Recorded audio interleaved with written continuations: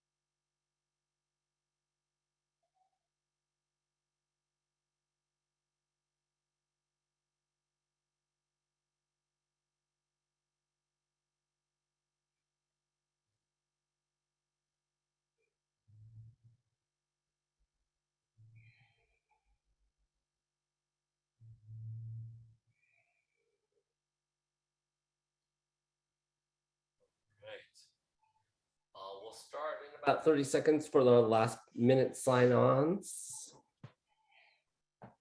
Oh my goodness, long time people that I haven't seen in a while are on this chat participating.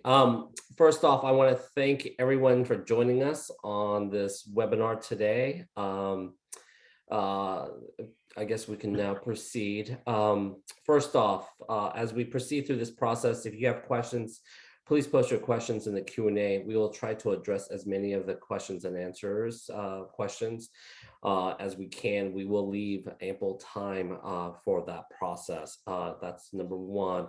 But thank you so much for joining us for this conversation about the NCAL project with the ACCT and the Education Strategy Group.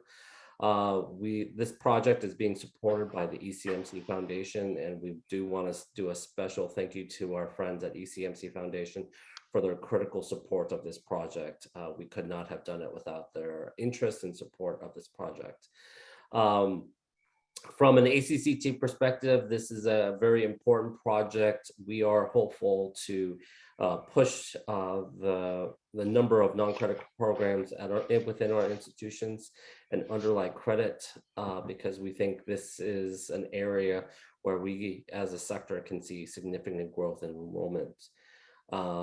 And with that, I will turn it over to Brett, who's our colleague over at ESG, who will do some greetings and then kick it off to Annie, who will do some conversation pieces. So great. Thank you so much, Jihang. Very much appreciate the partnership with ACCT and ECMC. For those of you not familiar, Education Strategy Group, we are a mission-focused consulting firm based out of Washington, D.C., but we're a virtual firm, so we're spread out throughout the country. Our goal is really to help improve economic mobility through attainment of meaningful credentials, especially for underserved populations. Annie, next slide, please. We are at a unique moment, and everybody on this call knows this, but just really to underscore some of the critical components that we're facing now, especially at community colleges. One, the enrollment challenges. I know everybody's living this on a daily basis. Persistence, enrollment and persistence, both down. And at the same time, we're seeing large numbers of people who are long-term unemployed. And there's still, in addition to the long-term unemployed, there are just the run-of-the-mill unemployed. And there was last month, 920,000 people who just quit their jobs with nothing lined up. The Great Resignation. All of these pieces are coming together to sort of create a moment where you're all feeling the pressures of getting folks enrolled and staying through to a meaningful credential. And at the same time, it has never been more critical for this group of people to go through. If we move to the next slide. And this pressure is especially true because of post-secondary credentials are becoming increasingly important and salient in the labor market. So recognizing that graduate degrees, bachelor's degrees, associate degrees is where we are seeing job growth and non-degree credentials. High school diploma only, minimal job growth. More skills are critical in the workplace. So we have people who are leaving, people who are unemployed, and the labor market calling for additional credentials. And so all of these things come together to create a critical moment in time that we think really provides opportunities for students to advance. If we keep going to the next slide, please. One of the moments that is really challenging to pay attention in this is, as the slide's titled, not all credentials are created equal. If I am an adult and a displaced worker, I have a pressure to reconnect to the labor market quickly. I have a family, I have a mortgage, I have all of these critical components, but not every credential, non-degree credential certificate has the same labor market payoff as associates or bachelor's degrees do.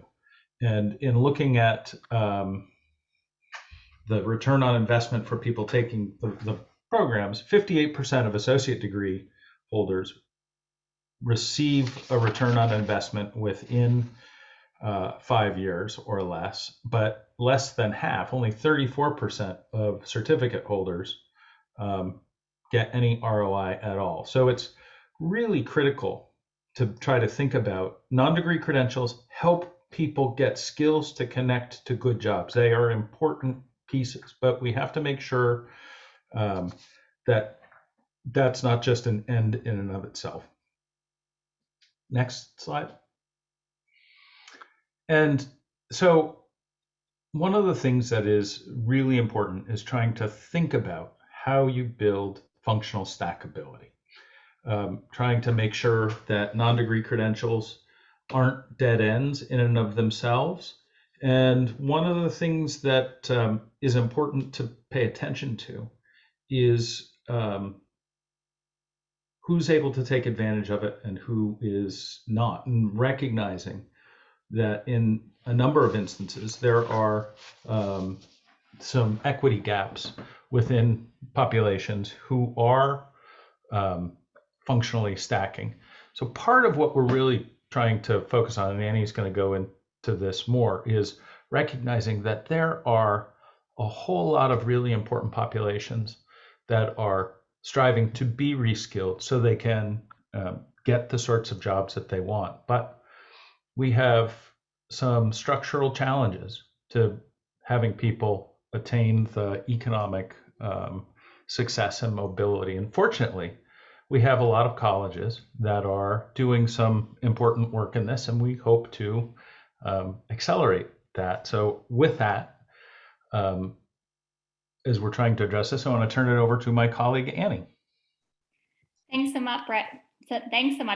And thanks everyone for joining us today. I think Brett did a really good job of explaining why this work matters, right? This idea of functional stackability, that when we fail to have functional stackability, we're failing a lot of students, particularly students of color. And so as we give kind of the background on this NCAL initiative and a little bit more, I'm going to talk about really two main things. The first is what the basis of NCAL is sort of built around, which is a resource guide that our firm put out last year. You can see it on the screen here, called A More Unified Community College. And then I'm going to talk about how NCAL is structured, hopefully get you all excited about the initiative, how great it's going to be, and convince you all to apply. And then Andy Lane is going to come in and, from ACCT and talk a little bit about the RFP process. We have an RFP that's live right now. So starting with A More Unified Community College, we were really seeking to answer two main questions with this initial research. One is, to what extent is there alignment across non-credit and credit at community colleges across the country? And then if there is, how are colleges actually achieving that alignment? So the research was built on about 50 qualitative interviews, and we did interviews with policy, research shops, institutional leaders, system leaders, to understand what they were doing in this arena. As you can see from this list here, we wanted to prioritize size, whether you were urban, rural, suburban, student body diversity. We conducted 5 site visits with colleges across the country, where we talked to students, we talked to faculty, administrators about the work that they had underway. And then we also engaged an expert work group, and the folks that represented that work group, their organizations are highlighted in red on this slide. And they did in-depth review and provided strategic guidance on kind of the final recommendations, which again, kind of form the basis of the NCAL initiative. Just a quick note on language before I jump in. When we say non-credit, we are referring specifically to non-credit technical programs. So this is not about non-credit adult basic education or some continuing ed programs like a pottery or a basket weaving. It is specifically those industry-aligned non-credit workforce development programs. I also want to acknowledge that we do not like the phrase non-credit. It is deficit-based language. As one of our stakeholders that we interviewed said, no one wants to be non-anything. And our team has considered other language, but ultimately got advice that really non-credit captures what we're talking about, which are those workforce development programs that currently are not offered for credit. So I will just put out a little challenge today. I don't know if we can get some chattering happening in the Q&A or the chat about other ways to frame non-credit in a way that kind of captures the good work underway in those programs. So answering that first question that I mentioned of to what extent is there alignment across colleges, and really the resounding answer we got was not much. What we actually found was a pretty stark divide between non-credit and credit across almost every function of the college. And for those of you who are listening today, this probably is pretty familiar to most of you. Starting with programming, things like the structure of non-credit programs are different than credit programs in terms of length, in terms of how credits designation, in terms of how value is determined, right? In some ways, non-credit programs have to prove their value. It's assumed with an associate's degree program. With stakeholders, we see differences across student demographics. Students in non-credit programs tend to be older. They're more likely to be students of color, more likely to have a GED rather than a high school diploma. Faculty are also different. Faculty in non-credit programs tend to be coming from the workforce and industry, whereas on the credit side, they tend to be coming from academia. And this has led to a real and perceived stratification of kind of between non-credit and credit. One stakeholder I recall was talking to us and said, we refer to students in non-credit programs as non-credit students, but we don't refer to students in credit programs as credit students. They're just students. And so what does that say about how we perceive differences across those two populations? And then finally, there are operational differences in terms of how funding and financial aid flows to both non-credit and credit programs, student services. There are reasons for this, but non-credit students don't get a student ID, so they cannot access the library or the computer lab or the gym at a college, and even technology. non-credit programs tend to use a CRM, whereas credit programs tend to use a learning management system. And often those two data systems don't even connect to be able to measure students across. I'll say all this, but I don't want to, pretend that there's not good reasons for the separation. The biggest one being that non-credit programs can be more industry aligned and responsive and flexible and adaptable. But when I look at this list here and the implications some of these differences have on both students and the college, I have a hard time believing that total separation is a good thing, which is why we sort of pushed in our resource for a more unified community college. And that's really what we're after in the NCAL initiative as well. So now to the more fun stuff, right? The second question in our research was, what are colleges doing to address this divide? And we did find a lot of innovation across the country. And while many institutions have started on this work, they were pretty clear. None of them feel like they've fully arrived at this vision of a more unified community college. And so for that reason, the playbook, this resource we put forward has this kind of universal frame for alignment that pulls and kind of aggregates and sort of Frankensteins, so to speak, the best practices from multiple different sites. Now, this framework has 5 key components and is important for the RFP response itself. So let me give a little bit of background on each of these. Treat all students as students is the first component. And this really gets to what I was talking about with the language we use and the fact that non-credit students don't get IDs. A truly aligned pathway and program will address the gaps in the student experience across non-credit and credit programs. And this gets to resources, services, supports, again, even the language used that right now leads to kind of this implied stratification. The second is around clear pathways, the on-ramps and the connections between relevant non-credit and credit programs. And the main thing that we want to promote in those pathways is that they're communicated to students. We found that non-credit and credit alignment is not a build it and they will come sort of situation. Whether it's now or later, students in non-credit programs should know the next step in their education and training journey, and whether or not they can get credit for it, which I'll say in a second. The third component of the framework is around aligning departments and governance. We found that pathways were made more possible when programs and departments across the non-credit and degree programs come together and are aligned with joint leadership.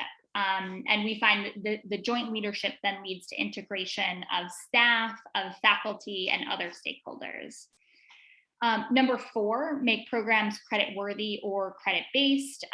Really 2 options here for what's best. Credit worthy programs are those that grant credit when a student transitions to a degree program.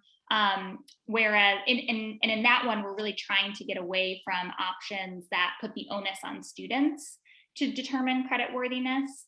And the second option here is just to make non-credit programs credit-based. So you build the pathways and you ensure credit is awarded once students transition or while in the program.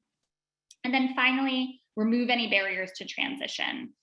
Make it easy, make it obvious, make it clear to students, whether that's through navigating the funding differences, through providing schedules and credit-based courses that look like and are as flexible as those in non-credit courses, and any other hoops that students are forced to jump through when they make the transition between non-credit and credit. Now, this framing is kind of intended to provide sort of a guiding light for alignment, but we believe it can be achieved in a number of different ways. And so we created 4 different starting points, and I'm going to go through these relatively quickly because we recognize, and part of why we created these 4 different starting points is we recognize non-credit looks very different depending on the state you're in and the institution you are. And so we want to make sure that we offer up a lot of different options for how you can begin to do this work in your institution. It also acknowledges we know this work is hard, and so there's not a really one-size-fits-all way to do it and to become that more unified community college. So the first starting point is around removing the structural divide. And this really gets to the governance piece of the framework. But the idea, what we saw nationally was many institutions dove into this work by creating a sort of new or merged division that encompasses both non-credit and credit departments. And so, you build up the coordination and the communication and the collaboration over time because of that new division. This is not about creating articulation agreements or courses. This is about the true structural changes that need to happen to achieve alignment. And of course, the big tip we have here and why I was so pleased to be partnering with ACCT is the need for transformational leadership to achieve that change. And that goes all the way up to the trustee level and empowering executives in the college to make some of these changes. The second starting point, and probably our most common starting point that we saw nationally when we looked, was developing bridge tools to award credit. And this is really the effort by the college to award credit once a student does progress and gets to the credit worthiness piece I was talking about earlier. Now, how institutions do this in a lot of different ways. It could be through equivalency agreements, articulation agreements, competency-based education, prior learning assessment. But the tip we have for institutions here and what we advocate for is best practice really is to make the credit awarding process as automatic as possible. And so to avoid things like credit by exam and prior learning assessment that forces a student who has perhaps earned a certification in non-credit to then go and take an exam again to indicate that their learning or their experience was credit worthy, to instead offer that as automatic as possible.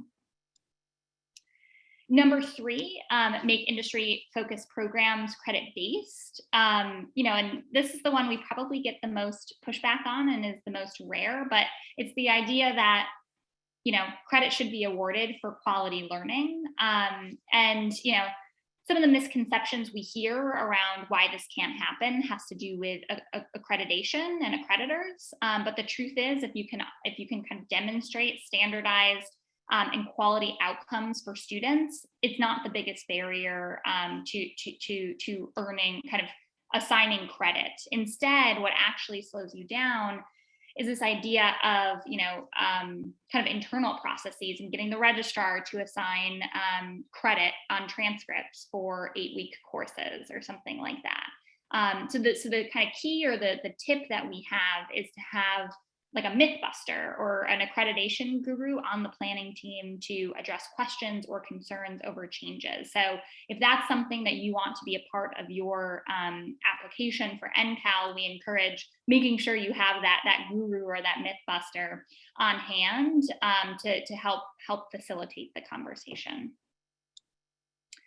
And then finally, starting point number 4 is much more externally driven, this idea of reorienting for demand-driven pathways. And this bucket really captures the workforce development leaders who are drastically rethinking the way non-credit courses are offered. And I think what's interesting about this particular bucket is alignment across non-credit and credit just tends to be the byproduct of being more employer-driven, because employers don't just want certificates. They want all levels of preparation and credentialing.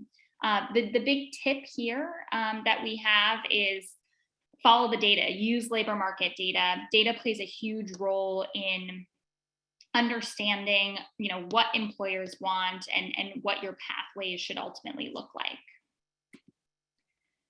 So how does all this apply to the non-credit and credit alignment lab? So I'm gonna, again, this is sort of the basis for our thinking in NCAL, but I'll talk a little bit more about what we're actually going to do and sort of apply some of what I was just talking about. The main objective with NCAL is to help 10 leading, and we are looking for colleges who are kind of already leading on this agenda or have demonstrated some sort of ability to benefit from this agenda, working with these colleges to align their non-credit and credit programming in 2 pathways. And so, the initiative itself will provide meaningful places to learn and receive support from peers and national experts.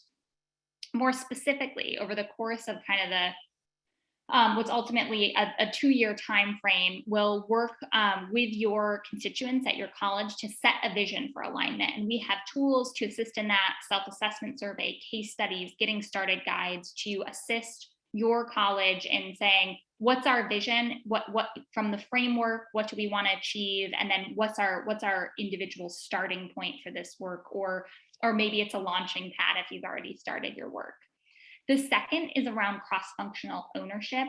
We don't want to create these pathways and leave, non-credit faculty out. We want to make sure that this vision of a more unified community college really penetrates down into the staff at the college. And so we will provide support to do student focus groups, do focus groups with your faculty and administrators, assist in some of the data work that we're requesting in the RFP, and provide kind of best practices to help kind of imagine what's possible with the work. And then finally, beginning that implementation on those visions. And I list out a bunch of things on the slide here that we can assist with around embedding non-credit credentials in credit programs, adapting that back-end infrastructure, conducting policy audits to understand what are the administrative barriers that are getting in the way of students transitioning, and then developing those, working with your teams to develop articulation agreements to ensure all non-credit programs are credit worthy at a bare minimum. As far as kind of the benefit to colleges, I mentioned how we're going to support throughout the process of NCAL, but working with a community of your peers, of leading colleges, to be the vanguard for this idea of a more unified community college. We'll provide that on-site facilitation, COVID willing, we'll do that, and that's to understand kind of the diverse needs and challenges of your institution as you embark on this work. Access to national experts. We learned a lot in the research that I was just going through, and can access folks nationally who maybe have been there and have done this work.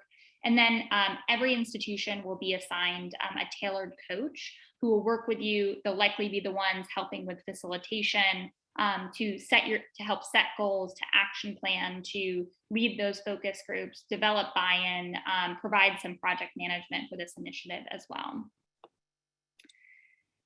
And then as far as kind of the timeline, so we mentioned at the front end, we have an RFP that's live right now. So we're in the midst of site selection, and folks should be notified by early November on whether or not they will be chosen.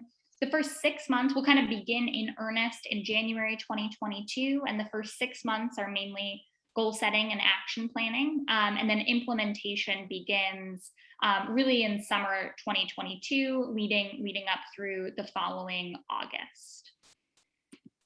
And then I want to see, I mentioned the RFP. If Andy, you want to jump in and add more on the process to apply. Sure, thanks, Annie. So to help select the 10 community college governance units that are going to be participating in the project, ACCT and Education Strategy Group developed a short RFP. As Annie mentioned, it was issued on October 1st.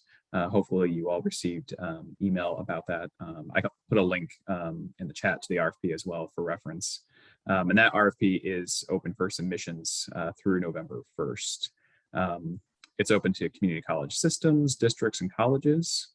And we encourage you to read through the full RFP for more information. But we really tried to simplify the application process by focusing on the 5 questions you see on the screen. First, an overview of your institution, including a description of your student demographics. What's your current vision for non-credit and credit alignment, along with identification of 2 priority pathways that you want to improve. Your existing assets as they relate to the framework identified in a more unified community college that was just described by Annie, and the capacity to measure and track key data points. It's important to note here that we will be providing small $3,000 to $10,000 grants to the colleges and systems that are selected to help offset those costs. And then finally, identification of a cross-functional team at your institution that is going to take on these initiatives. So if you are interested, we encourage you to prepare a proposal responding to those questions. There's also a respondent certification in the back that's important to sign, and it can be submitted electronically to Annie. And now I believe we are going to go ahead and open it up for questions from all of you. Okay. There's a couple questions relative to the recording for this webinar. We will be posting the webinar on the RFP page so that you can access it there. But I will be candid. We just finished our annual meeting and our tech gurus are still on leave. So we will be posting this on Thursday because I don't think Andy or I can figure that out.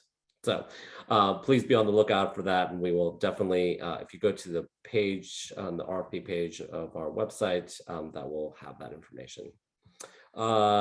Let's go to question 1. Does ACCT have any preference for development of new non-credit pathways vis-a-vis improving an established pathway? Annie, or?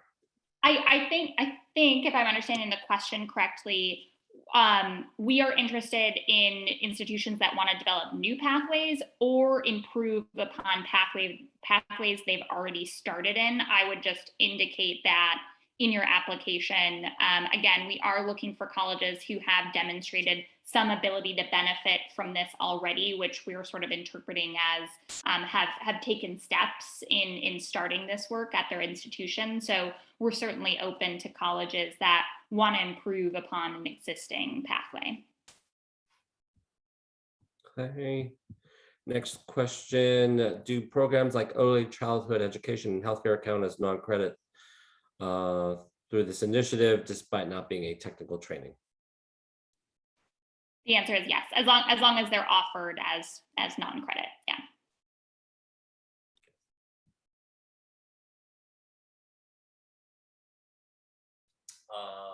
Let's see the next question. Kelly Black, the RFP says awards will be based on the size of the institution. Presentation size is related to urban, suburban, and rural institution. Is this what size is determined in relation to? So for us, I think the way we determine size is actually more based upon like the governance structure of your institution. So ACCT has a unique membership system. So for an example, as an organization, the Nevada colleges, all of the community colleges, the land grants, the research ones, or comprehensives are members of ACCT because they have one governing board. So that as a category will be a little bit different. For example, also Louisiana Community Technical College System is a member and they represent the whole board, all the colleges. So that's kind of how we reference size, not necessarily just the size of the institution, specifically accredited institution. We answered that one. We can share the slides with all the participants. We have all your email addresses and we're happy to send that out. Can you talk about the grants to offset the cost of monitoring key data points? How do we write that need for our RFPs? Annie? Yeah, so, we are, well, actually, Jihang, this might be better for you to answer just in terms of the data you'll be collecting. I'll give a little bit of context, then you can add, Jihang. We are interested in understanding, so we ask a question in the RFP, describe your capacity. We didn't want to ask for data specifically because sort of from our perspective, that would be a pretty big barrier to applying. But we do want to understand, will you be able to provide some of these data points for us? Because we'd like to measure at the end of the grant period, and therefore we'll need a baseline at the beginning of the grant period, the number of students who progress from non-credit to credit within the pathways that are changed. So basically, we're trying to understand, hey, does this framework of 5 things, does it really work to improve kind of what we're calling functional stackability here? So Jihang, do you want to add more to that? Yeah, one of the things that we have committed to the ECMC Foundation is that our participating institutions will provide us additional data in year 3 and year 4. And it's not necessarily, we don't need PII data. We would like to know globally whether or not your programs are increasing because of the work that was underwritten by the foundation and the coaching and training that was provided through this project. So we are asking all participants who are chosen to commit to providing us data for year 3. So that'll be from year 2 to year 3 and year 3 to year 4. So we can have some longitudinal data that showcases the work. Do you have a suggested pathway? So the answer to that really is no, but we do have a note within the RFP that I'll try and provide a little bit more context on, which is we recognize healthcare and IT in particular are pretty fruitful ground for this work because they're credential-rich programs, and often credentials are just easier to articulate for credit because they receive certification specifically receives some sort of external valuation.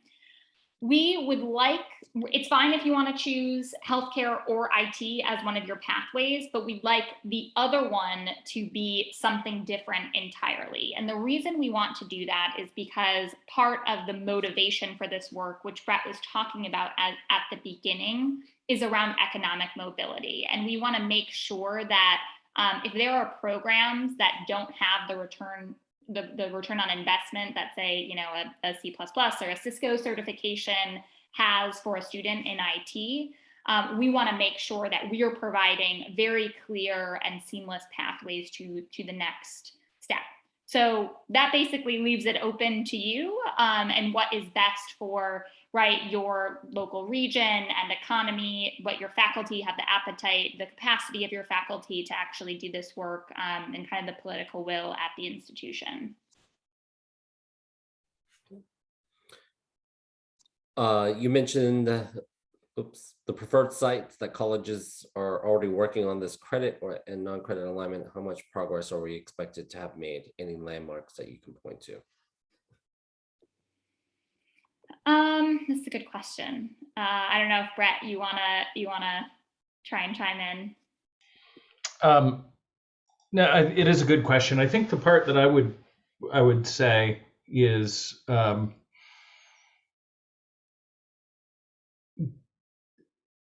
that the non-credit and credit functions at your college aren't balkanized. So it's hard to kind of say like, oh yeah, this is, you should have done this or you should have done that. Pointing to some kind of evidence that there is collegial and collaborative efforts that have occurred between both of them. So what that looks like can vary tremendously. So it's hard to kind of pin down exactly what that would look like. But I think part of it is, and I know a number of you probably have seen institutions where like they are parallel, separate functions that don't play well at all together. And I think we want to make sure that we're not stepping into that sort of context, that it's a place where the ground is ripe to actually build on collaboration. And I'd say like maybe a safe measure would be, as I was going through the 5 elements of the framework, if you said to yourself like, yeah, we're doing at least one of those and at least one pathway, I would say that's someone who has kind of started on this work, and would just recommend that in your application you acknowledge, right? I know we asked the question about assets, sort of acknowledge there we have done this articulation agreement, or we've developed a new division, or we're planning to develop a new division, or we're aligning data systems, something like that. Okay.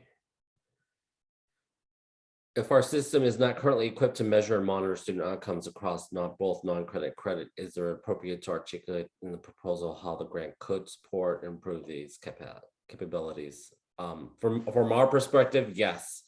I think what we are looking for is some baseline data, and whether or not that's some type of switch within your data system that you can do. Candidly, if you just need to create an Excel spreadsheet, I guess that's okay too. But we would like, especially from end of year 1 to end of year 2, to have some baseline for obviously for our data for year 2 and year 3 and year 4, excuse me.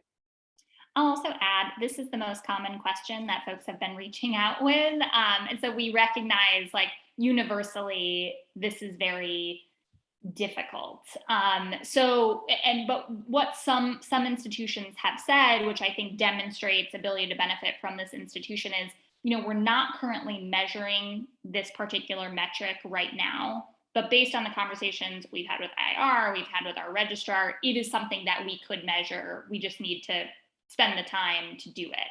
And so, I think acknowledging that, like I said, kind of demonstrates a strong ability to benefit. And in adding on to this one too, the quality, even though the data are often stored in different systems, and the quality of those data can vary. So on many non-credit side, there aren't the same data fields. Like, it might be missing a birth date, or it might be missing an SSN, which would make really bomb-proof data matching clear. But if you could do the initial data matching, and then you're, to Jihang's point, building up some similar fields so that it's more reliable data matching, would be definitely a win in this work building in the processes that Annie talked about too. Okay, next question. Our college does not have an established non-credit programming, but we're building it. We want to build that program in alignment with our credit program from the start. Are we eligible? Is that a focus of this program? My inclination is potentially to learn a bit more about what your goals are, because I could potentially see it going either way, because to your point, we are more focused on colleges that already have established non-credit programs, but obviously the concept of creating non-credit programs that are aligned is in line with the vision for the overall program. So I might recommend, whoever this individual is, to reach out to me individually, and maybe we can set up a time to chat about that. Okay. The RFP asks us to choose at least 2 potential program pathways with preference to those other than IT or healthcare. Can we still include one or the other one as a third?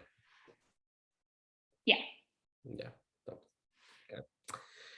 All right. That was easy. Thank you. Do you see a system responding in a way that may differ from an individual college's response? Do you want colleges in the system included, or select colleges interested in the work or that have a capacity to start to take on the starting points?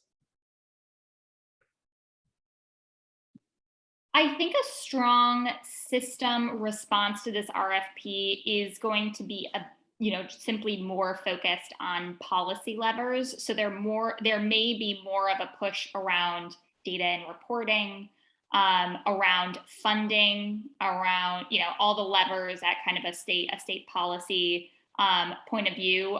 For those of you who are systems who are applying, I would recommend, we have some good examples in a more unified community college of, like, the Kentucky Community and Technical College System, Louisiana Community and Technical College System, who have done interesting work in order to sort of demonstrate what we're looking at as some exemplars in the work.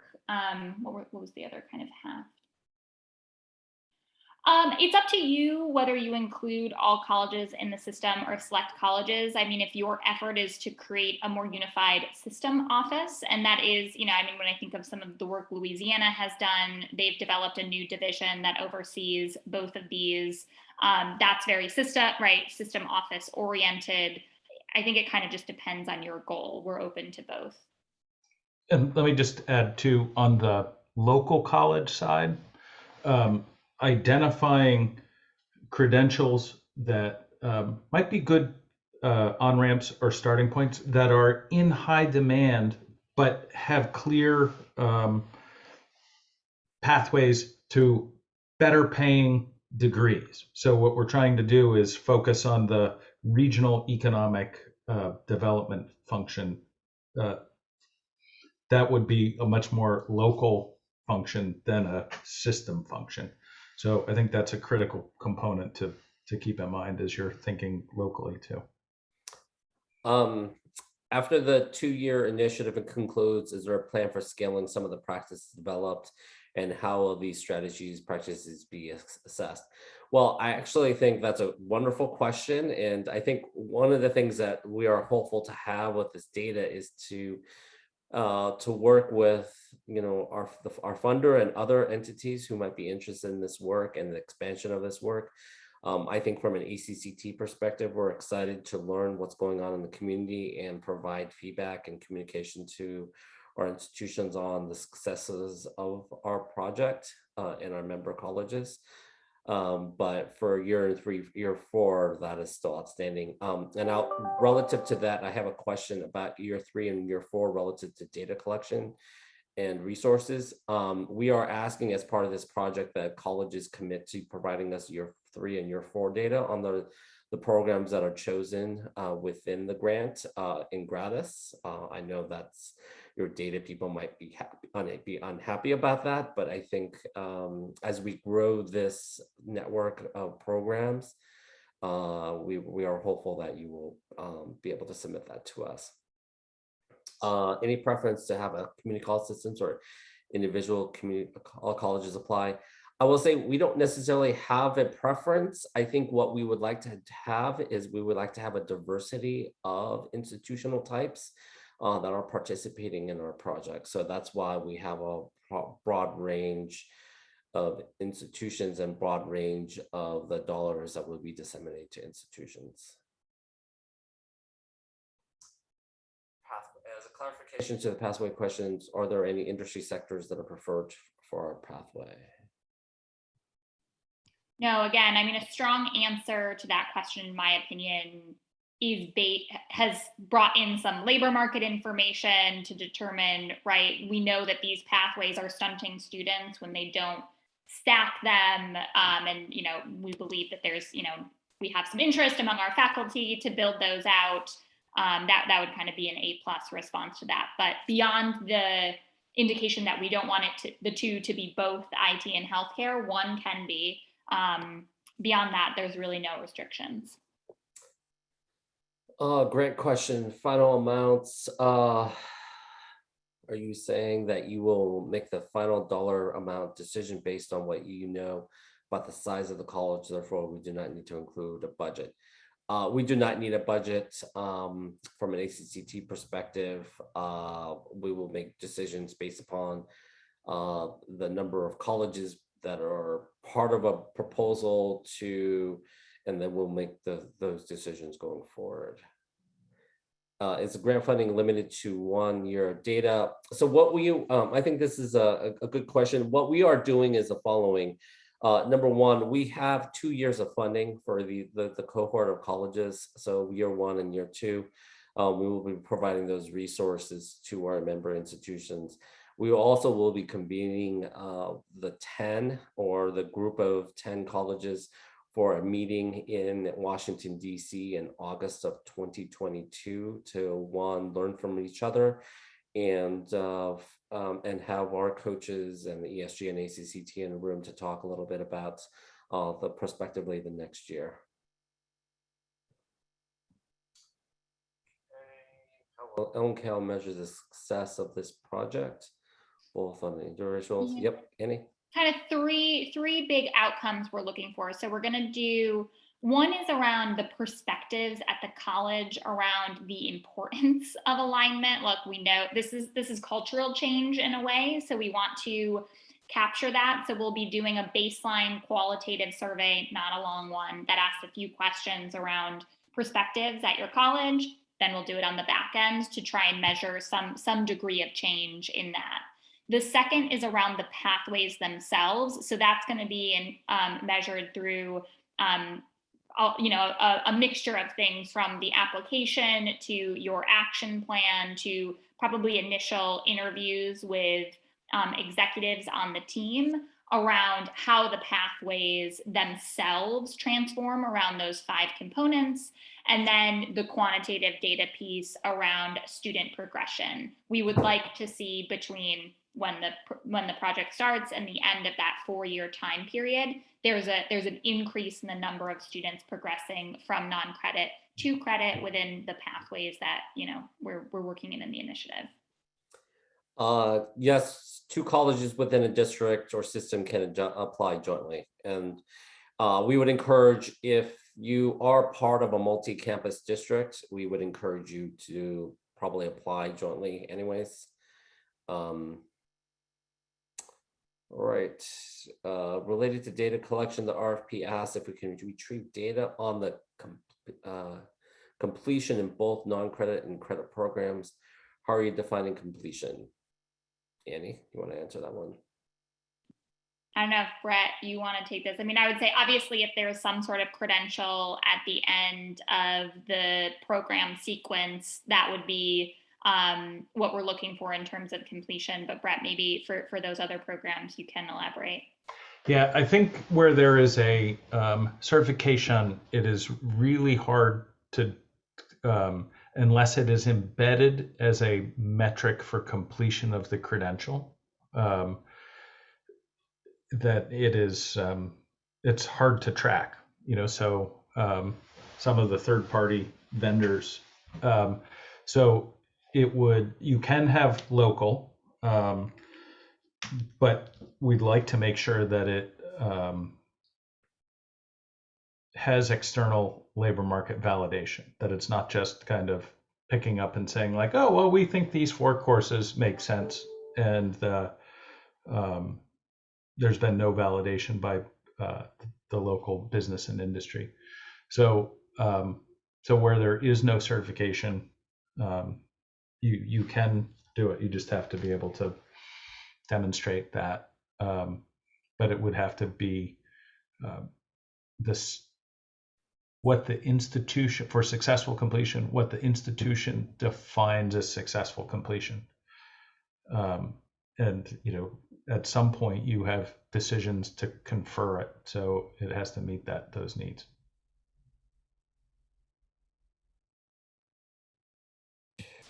There was a question about the focus should be industry aligned, not basic adult education, but to clarify, is there an interest in innovative ideas for bridging the high school transition more seamlessly? Interesting idea. I guess, I mean, I would, defer to my colleagues too, but my inclination is the preference here is around non-credit programming that is offered on the college campus that is industry aligned. And because a lot of certainly the framework we've developed, I think of like the joint governance piece. I mean, unless you can make an argument that is something you can achieve by focusing on CTE high school non-credit programs, I would argue, to stick with those programs that are offered on the college campus. Yeah, I think building onto that, just to touch more, it is, as Annie said, addressing where there's separate and parallel functions on the college campus. If you do put those pieces together, and you're focused on the non-credit side at the college, there is a reverse mapping that you can do to apply to the secondary CTE programs. So the concepts of what articulates, if you are able to do it just on the non-credit to credit side, then there is no reason why you couldn't conceptually apply that to the secondary side later. There's a question about how do you define leading community colleges? As we think about the 5 components of the framework, we're really talking about those who are leading on this agenda. So if you are doing 2 or more of the 5 components that we identified on the framework, we would consider you to be leading on this agenda, because from at least the conversations we've had nationally, that's further than a lot of institutions have gone. Okay, Alyssa, the specified grant totals are the amounts each institution will receive based upon the number of institutions or size. There will not be any additional grant awards beyond that. Are you saying non-credit to a degree with embedded stackables, or are you talking non-credit to a college certificate as well? So this is kind of the 2 elements of the framework. So the answer is both and. So we are thinking about, right, the pathway of stacking from, well, let's actually say the non-credit to a college certificate. So that's kind of the credit worthiness of whatever the student did in non-credit, ensuring when they progress, they get credit for a certificate, or some sort of equivalent. And then the non-credit to a degree, right, is sort of the stacking of that certificate into a longer term degree program. Hopefully that answers the question.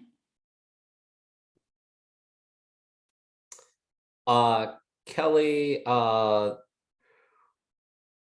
for rule serving, we'll look within the IPENS designation within College Navigator for rule serving, and also for minority serving institutions.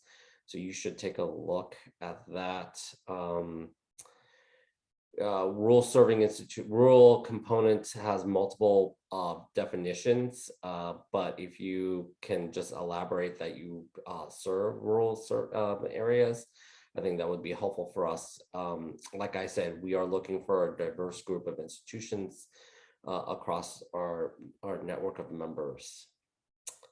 I'm just looking at the chat, there's a bunch of questions here too, so I just want to try to go rapidly through those. Is there a rubric points for the RFP questions? There isn't really set aside rubric of points. We're looking for how many applicants we receive, and we're going to work to have a wide network of institutions that are participating. We could put the, it's hard to believe this. We could put the new programs into a special term. Would that work? Any thoughts on that? I think I would need this individual to elaborate a little bit more on what they mean. Yes. Yeah. Annie's emails in the RFP if you would like. Yeah.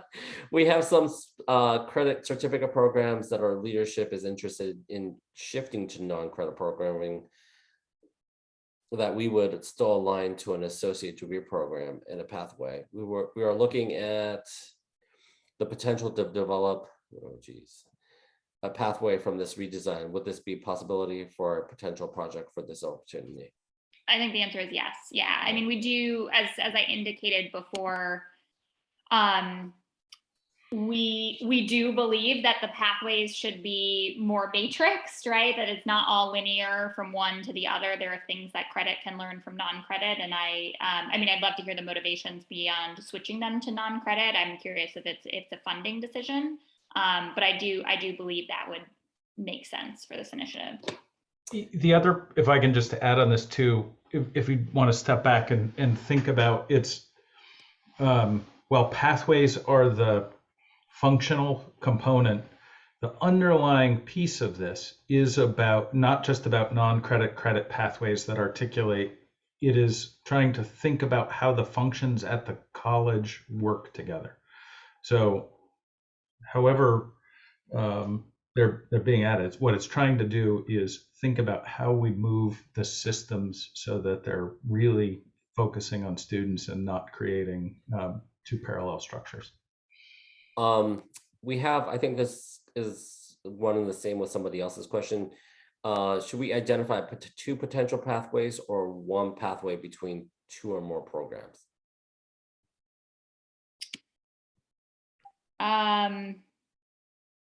I feel like the definition of that is different depending on the institution. So we are looking for specifically programs of studies when we say the word pathways. So two programs of studies, not like we're not looking for like two meta programs, just specific programs.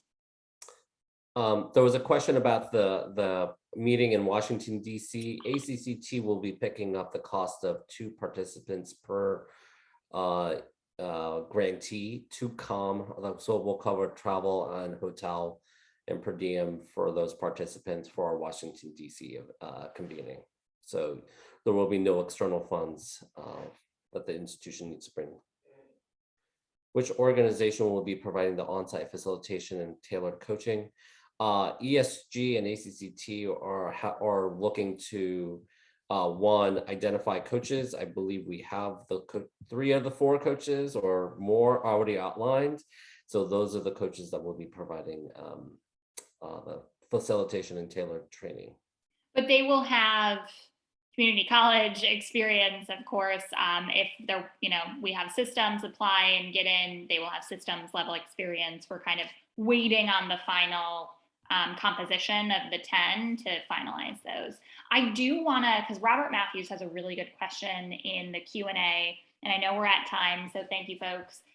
This question of, in terms of your design and reporting expectations, how are you accounting for the fact that many students may not transition immediately to the next credential and may go to work before they do? This is part of why we are kind of extending the data collection in recognition that there may be some lag with the student in returning.